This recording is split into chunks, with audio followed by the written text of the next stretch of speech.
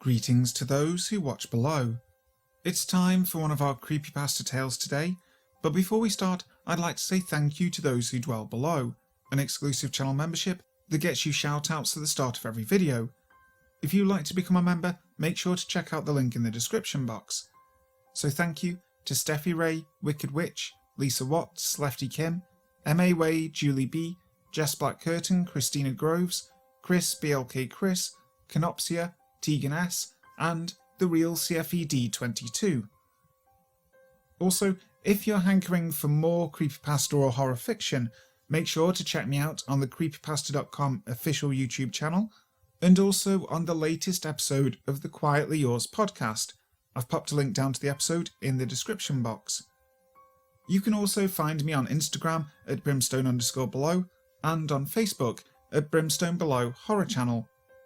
Finally, if you haven't already, please make sure to subscribe to the channel, hitting that notification bell so that you never miss a video.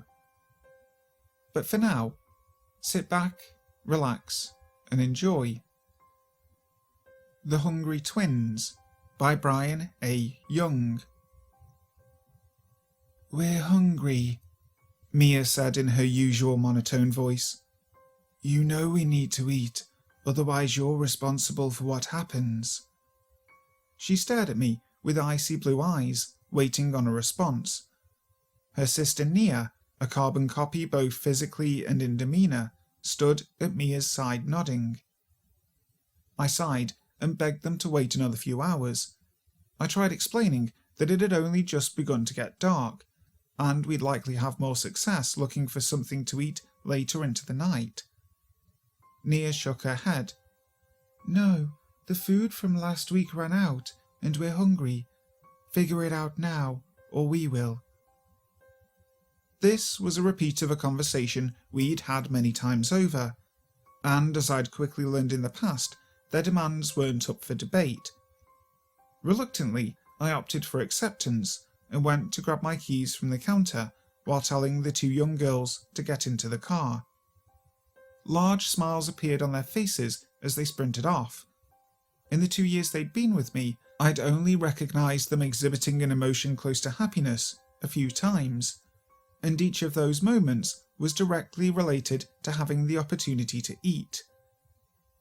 Lately, I found myself becoming more and more annoyed with the two.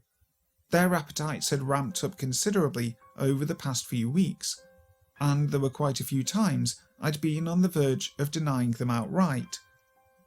However, their casual reminders of the consequences of my decisions always brought me back to a place of acceptance. Still, as I watched their reactions to going out, I caught myself, at least for a second, believing they were two ordinary girls off to get a Happy Meal or to visit their favourite park. A smirk crossed my face as my brain conjured up a fictitious, normal reality. But that smirk quickly died as the actual reality of the situation set in when they called for me to come along. Slowly, my pure yet misguided thoughts melted back into feelings of disgust and frustration. No part of me wanted to get into the car, but a vague sense of needing to care for them, mixed with knowledge of the consequences, drove me to do it anyway. I let my mind go blank as I drove around in silence. I scouted for miles, making random turns at who knows where, and passed dead end after dead end, until finally I heard Mia say, "Stop right there." Looking to my left, I saw we had come across a young man walking alone on the sidewalk. We had made our way to a more sparsely populated part of a neighbouring city, and a large empty park separated him from any houses that could have seen him. I drove up about 100 feet in front of the man and parked. Nia asked if everything was in the back, and after confirming the twins had everything they needed, they simply got out of the car. As soon as they were gone, I instinctively went to turn on some music, set the volume up to a near dangerous level, closed my eyes, and hoped, as I did every week, that this was all just a bad dream. It didn't take long for them to come back. I could hear the man being shuffled into the back of my car.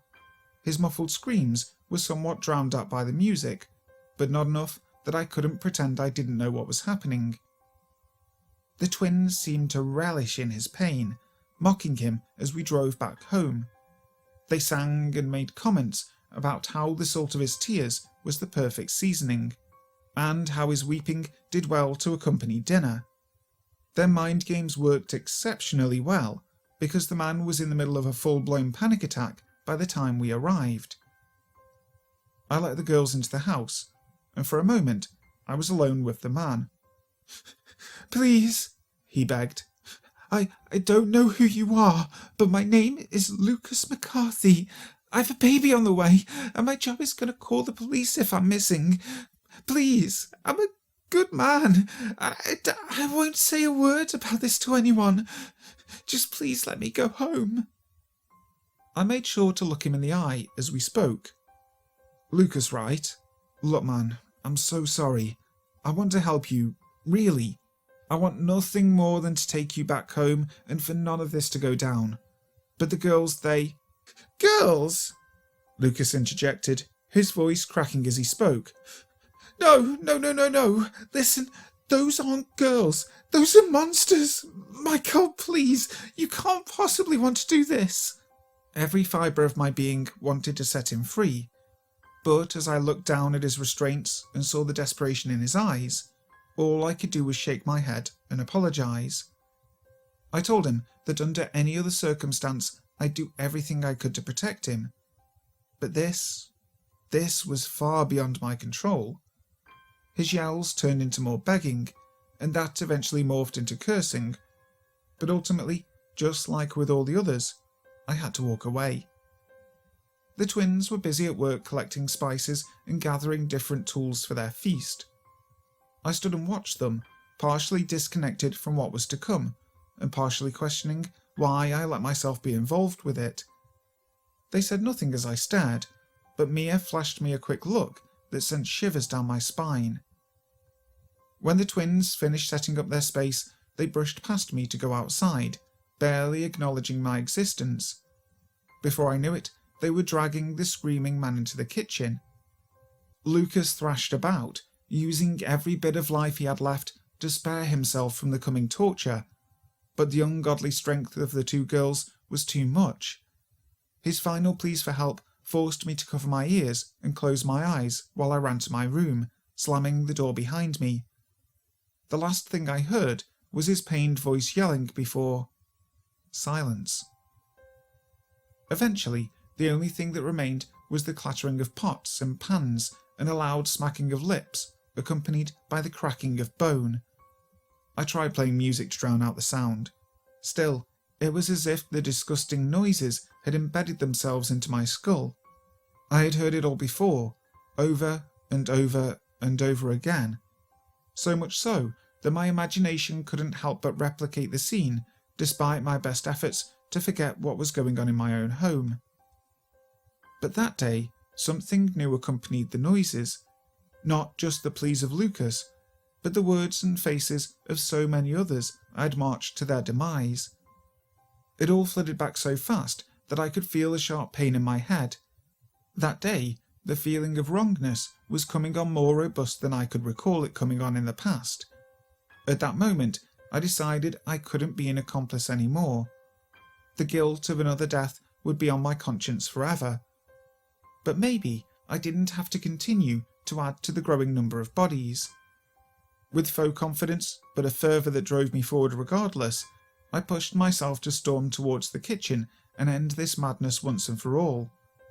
But the madness only intensified when I arrived. I expected to find two young twin girls. Instead, I found two naked, morbidly obese old women. Their mouths were disgustingly wide. This allowed them to literally shove globes of flesh down their throats. Two long black tongues slithered like eels around their forearms, picking up every piece of fallen meat. What was once pristine blonde hair was now a dirty, oily, stringy mess, and their pure blue eyes had become entirely black. Blisters and bruises ran across their body, letting pus flow freely from their disgusting holes. But worst of all was the smell of the vile creatures. Human flesh, mixed with an indescribably pungent odour. The transformation made me stagger back and gag. I couldn't understand what I was seeing. My brain darted back and forth between pure fear, confusion, and a wretched disgust. Frantically, I scrambled for the door, but I couldn't seem to open the damn thing in my panic. One of the twin monsters saw me attempting to leave, and she let out a loud groan. In a distorted little girl's voice she said, "You can't go now. We'll starve without you. Remember our deal? If you don't keep bringing us food, we'll get so hungry we'll have to consume your whole family." The others stood up and hunched forward, a brownish red liquid dripping from her mouth. "We're so hungry. Please don't let us starve." As they spoke, a familiar feeling came over me. These women, these things, were pure evil. And yet, I wanted to take care of them. I didn't want to just let them starve. I blinked, and for a brief moment, they went back to just being little girls. The flesh they were consuming didn't look to be flesh at all, just pieces of candy strewn about the kitchen floor. I wanted to reach out and tell them everything would be okay. But in a flash, reality snapped back, and I could see them both closing in, long arms outstretched, trying to grab me. I screamed at them to get away and kicked at the air in a desperate attempt to create space. Undeterred, they closed in, and as they did, they laughed about how sweet my skin looked and gleefully sang about how a good meal deserved an even better dessert. Only with a last-ditch effort did I manage to unlock the door and sprint the short distance to my car, just barely escaping the two as they reached for me. As I drove off into the night, the last thing I saw was the twins, back to just being little girls standing by the door holding hands. They didn't yell for me, nor did they try to follow, then or ever. But I suppose they didn't need to. The twins would have their revenge. Mere weeks later, my parents disappeared, along with my younger siblings. As far as an official investigation went, not one iota of evidence ever suggested what caused their disappearance. Unofficially, it's pretty damn clear who's responsible. Me. And I'll have to carry that burden forever. Thinking back, I can barely even remember how the twins and I came into contact. The two simply showed up in my home one day, and I had this strong urge to take care of them. When they complained about being hungry, I offered them everything I had. Still, no matter how much they ate, I could never satiate their hunger. It wasn't until we went out for a ride through the city one night that I discovered their true intentions. After their first kill, they informed me that if I ever stopped taking care of them, they'd take the precious people in my life as recompense. Now I sit here with no family, living out of the first shitty studio I could find after leaving home.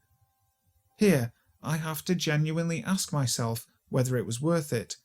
Was leaving everything behind and sacrificing those I love worth it to ensure that I wasn't helping them hurt others? For all I know, they found some other fool, and none of this made a damn bit of difference. I wouldn't fault anyone for choosing the lives of their family over random strangers, regardless of how many innocents die.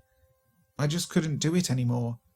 But still, the one solace I can take from this is that I'm glad I'm no longer helping to serve up humans on a silver platter to a pair of hungry twin monsters. Hi there guys, thank you so much for listening to today's video. If you enjoyed it, make sure to leave a like and also subscribe to the channel if you haven't already. I'll be back tomorrow with some more truly terrifying tales. So, until next time, sleep tight.